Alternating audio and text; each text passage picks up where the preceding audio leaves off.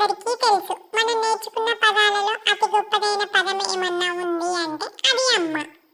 అమ్మ గురించి చెప్పడం స్టార్ట్ చేస్తే అది ఎప్పటికీ అవ్వదు.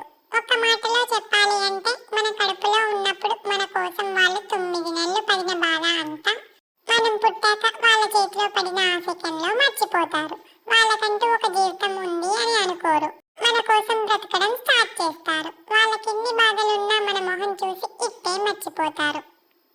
పొద్దున 10 కానీ లేవని మా అమ్మ నేను పుట్టాక ఎప్పుడు పడుకుంటుందో ఎప్పుడు లేస్తుందో కూడా తెలియదు పాపం. అందుకే తల్లిని మించిన దైవం లేదు అంటారు. మన బాలుగారు అప్పట్లోనే ఎంత గొప్పగా పాడారో అమ్మ గురించి. అందరినీ కనే శక్తి అమ్మ ఒక్కటే, అవతార పురుషుడైన ఆ అమ్మకు కొడుకే. అలాంటి మా అమ్మ కడుపులో నేను ఉన్నప్పుడు తీపించుకున్న కొన్ని ఫోటోలు మీకు చూపించాలి అని ఇలా నేను మీ ముందుకు వచ్చేసా. చూసి బ్లెస్ చేయండి.